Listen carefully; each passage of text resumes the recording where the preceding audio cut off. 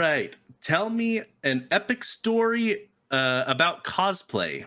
So whether it's wearing cosplay, making cosplay, just what's an epic story that you've had in your career as cosplayers or as a blacksmith?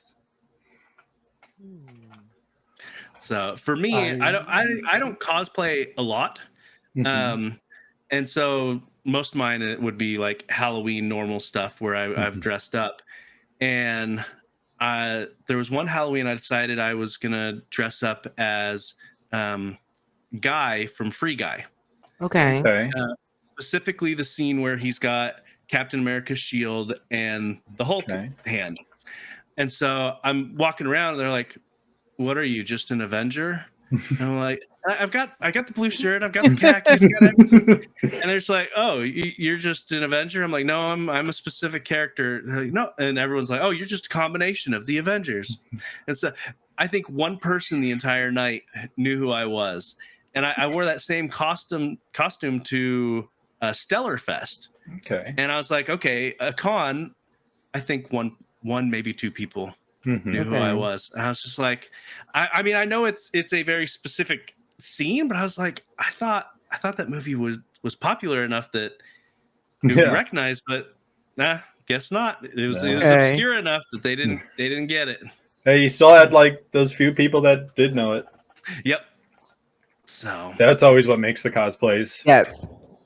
Yep. The excitement seeing people. Yeah. And if you spot somebody else that's doing a cosplay in the same realm as what you're doing, another character from the same franchise, whatever, it's always fun as well. Yes. For mine, I guess a lot of my favorite stories are making the parts for my cosplay. I got a couple here. They're gonna be big. So this one was last year's cosplay. It's about a 5.5 foot spear. If it'll focus in. Yeah, if it'll focus. There we go. Oh, nice. All hand forged. Wow. Making sure nothing's falling in the back. Super nice. Yeah. Yeah, I remember the first time I saw some of your stuff at Charles's house. I was like, "Whoa, that's super cool!" And which one was that? Was that? Do you remember? It was another. Was it the black spear? I have that here too. Maybe it wasn't nearly as elaborate as this. This is this was definitely stepped up your game. This is the last one I had made. So that one started from a block of like a truck spring, one of those long flat truck springs, just like maybe a 8-inch section. And that's what that one started out as, and working that all through, hammering out that center hole for that brass or the bronze that's in there that I carved as well on both sides for the symbols for the cosplay. I was doing from Stormlight Archives from Brandon Sanderson's work. Yeah. That one was that cosplay. So you were why am I blanking on his name right now? The main character from the Stormlight Archives, right? Keldon. Keldon. Yeah. Okay. And then this is the one I made my first year doing like a full character cosplay. I tried to etch this all black, and again, this was just all hand forged out of one billet of steel. Okay. And then a bunch of woodwork and carving and design work for this one for a Wheel of Time cosplay for a character called Matt from the Wheel of Time book series. Okay, yeah. And then the one in between. My sister-in-law's favorite character is Matt from the Wheel of Time. Mine from Wheel of Time. He's a fun character. Yeah. So mine is Perrin, because obligatory blacksmith. Yes. And I'm a huge fan of Perrin as well. Okay. This is my first axe that I had made too. So first project working with a large, about 2-inch by 2-inch block of steel, hammering this hole straight through, no drilling, no nothing, just hammering that through for hours just to get it to the shape. So nice. Yeah. So for anyone who's listening audio only, we'll have to get some pictures out there so that you can see some of this. Yes. Stuff. Yeah. Because those are awesome. Yeah. Those are some of my favorite stories, making those from the start to the finish and live streaming that throughout the entire process, seeing them slowly transition from random block of steel to going more and more to what this weapon is supposed to look like, or at least to my head. Yeah. So what made you want to get into blacksmithing? For blacksmithing, that was something from... Nope, here's my camera again. There we go. Oh, are you being difficult now? Thinking about it. Oh, there we go. There we go. For blacksmithing, as a kid, I was always interested in swords. I loved the high fantasy movies, series, what have you. And I loved swords. Decided from like elementary school, just like, I'm gonna make my own swords. And then later on, getting into high school, started was looking more into doing that more full time, more earnestly, and not having any of the money. My parents thinking, let's see if he actually will stick to this. And I imagine it's not cheap getting into it. No, not if you're starting out on your own. But luckily, we had there's a school in Chicago, an hour about for me, that teaches blacksmithing classes. And that's where I started learning. And I have even my first project here that took a year to make. Dinky little knife that I've had for about 10 years now, because I've been doing this for about 10 years at this point. Now, John in the chat says definitely helps work on your arm strength. Yes. Now, is your dominant arm considerably stronger now after blacksmithing for so long? Yeah, I would say so. It's also like a lot of different muscle groups when you start out that you don't use normally at all. Yeah. So certain muscle groups definitely bulk up that you don't normally use in your day-to-day life. Yeah. Yeah. And I'm sure you had a lot of sore moments after a long session. Yes. I mean, obviously it's not blacksmithing, but I moved to an area and I made friends with a manager at a bowling alley. Mm-hmm. And he would me and my friends come and bowl for a couple of hours once a week. Yeah. And so after the first time, I'm like, I laid down at night and I was like, man, why is my arm so sore? I'm like, because I just bowled 14 games in 2 hours earlier today. I don't wonder my arm is so sore. Yeah. So I imagine similar things have happened. Very much so. Blacksmithing. And then for extended periods of time, because you're like, okay, I'm forging about 4 times this week. Okay, this is going to be going on for a bit. Yeah. Yeah, that's awesome. So very cool. Danique, Dana, what do you have? An epic story?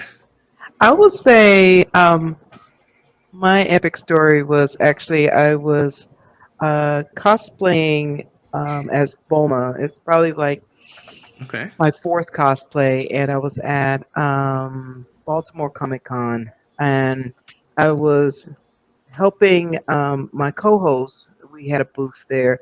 Was heading out, and then I hear this person was like, "Oh my gosh, I love your Bulma!"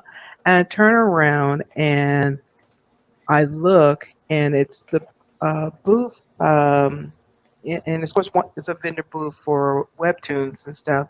And I look and I see, the person and the stuff around him. I'm like, excuse me, are you Monji? And she's like, yes. And she is the author, Monji, that's known for the critically acclaimed webtoons Let's Play, which has also been put into books and everything. Okay. And she was like, can I get a picture of your cosplay? I'm like, yes, you can. Yeah. And, but it was just like, it was just so random. And so then it's like my co-host like, Tina, where are you? And I was like, I'll be there soon. I'm getting pictures taken right now. And but then it was so cool. But then fast forward, last year I was at San Diego Comic-Con and ran into her there, and she was like, "You're Bulma," and I was like, "Oh, you remember me?" That's awesome. Very nice. That's cool. Now, What? So you said you've been cosplaying for a few years now. What made you want to get into cosplaying? Oh my gosh. That was never a plan. Yeah. Because I've always been in the, of course, doing cosplay photography. I was doing photography for the longest, and then I got more into it once I started doing it with conventions, starting in 2015.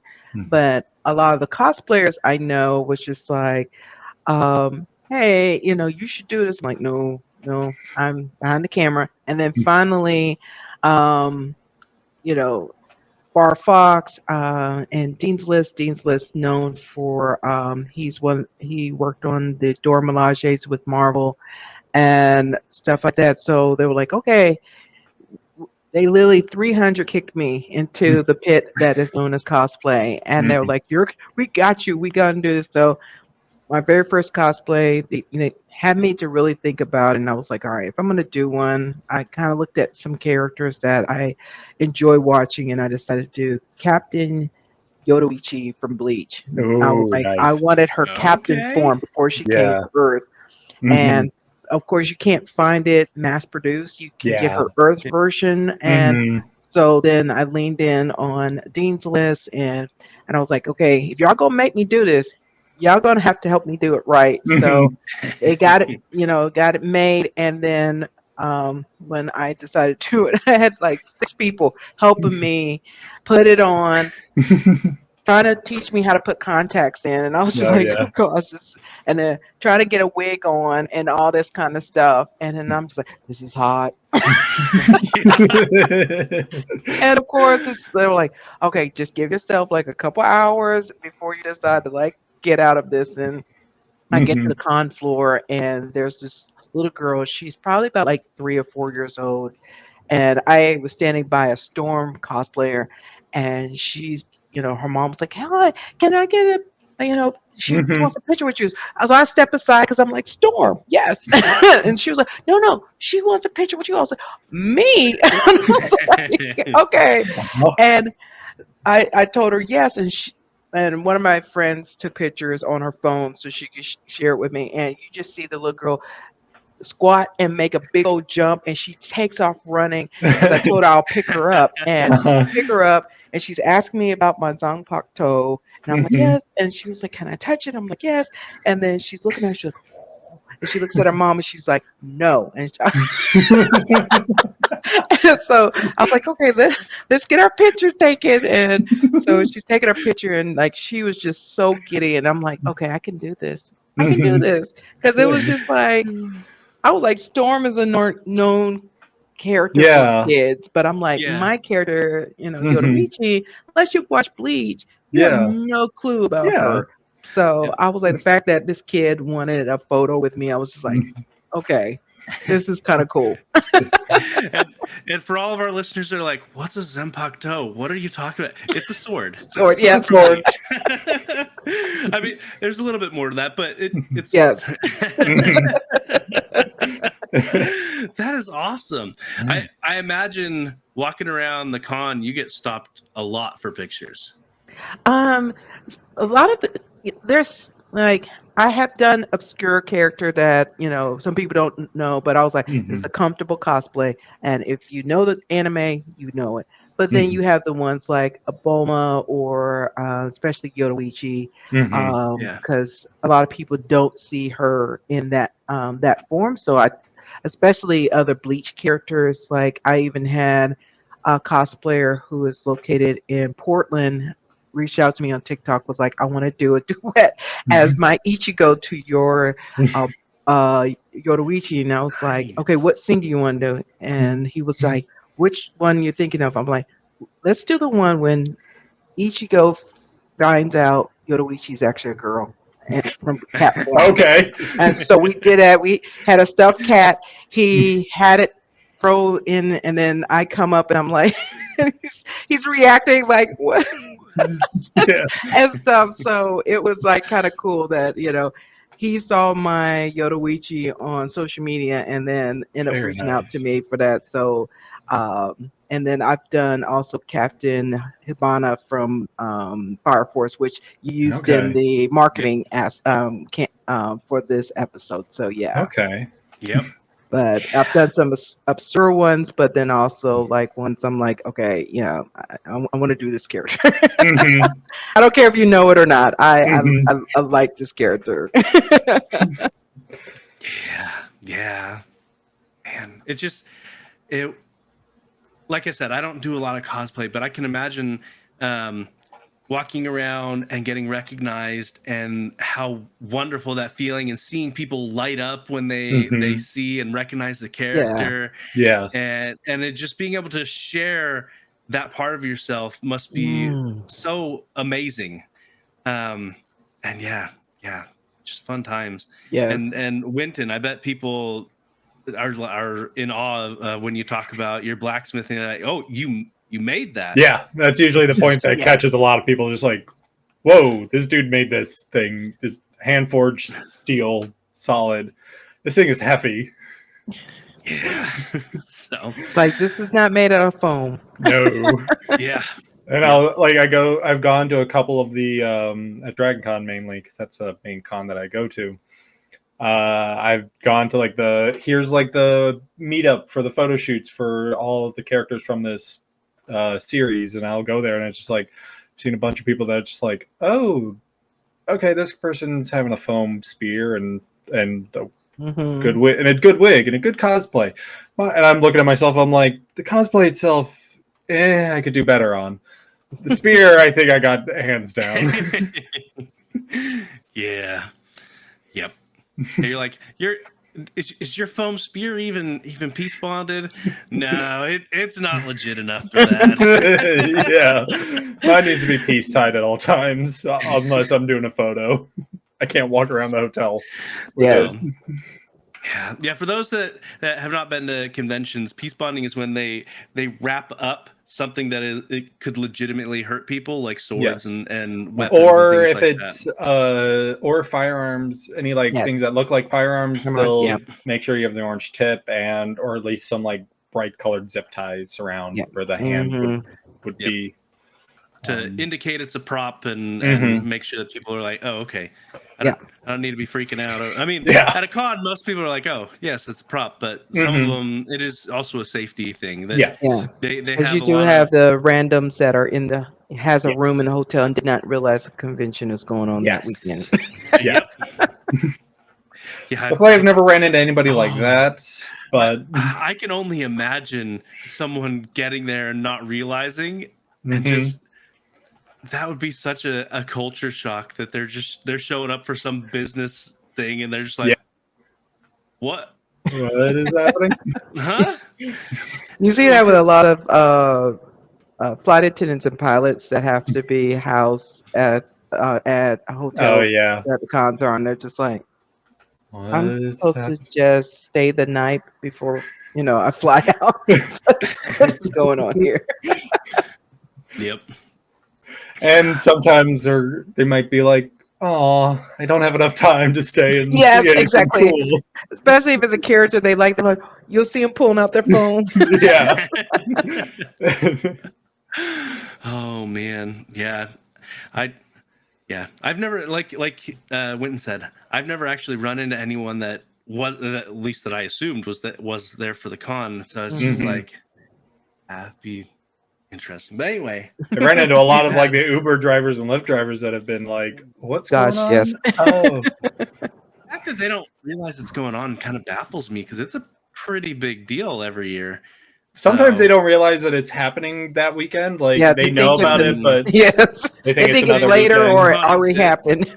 Yeah. And there's been the times where it's like there's some college game or some football game going on, and it's like, okay, so there's a bunch of mixing crowds now going trying to get through, walking around here. This Spartan is over here next to the guy that's all painted up for the football game. Yeah. Yes. Oh. Same, just different costumes. Yes, exactly. A lot of people don't realize that. It's like you're cosplaying too. You don't play for that team. Yep. Exactly. You have your fantasy footballs. We have our fantasy books. Thank you. Yep. And our fan fictions. Yes. I mean, fantasy football has a lot of things. Same mindset as like D&D in my book. Yeah. You know, it's running the numbers and playing the game. Yeah. There's a lot of overlap there. Yeah. Yep. Body painting. You got foam smithing happening. You got costuming. Everything. Yes. It's basically a convention. And what's a cosplay if not just you're making your own costume of the team mascot? Thank you.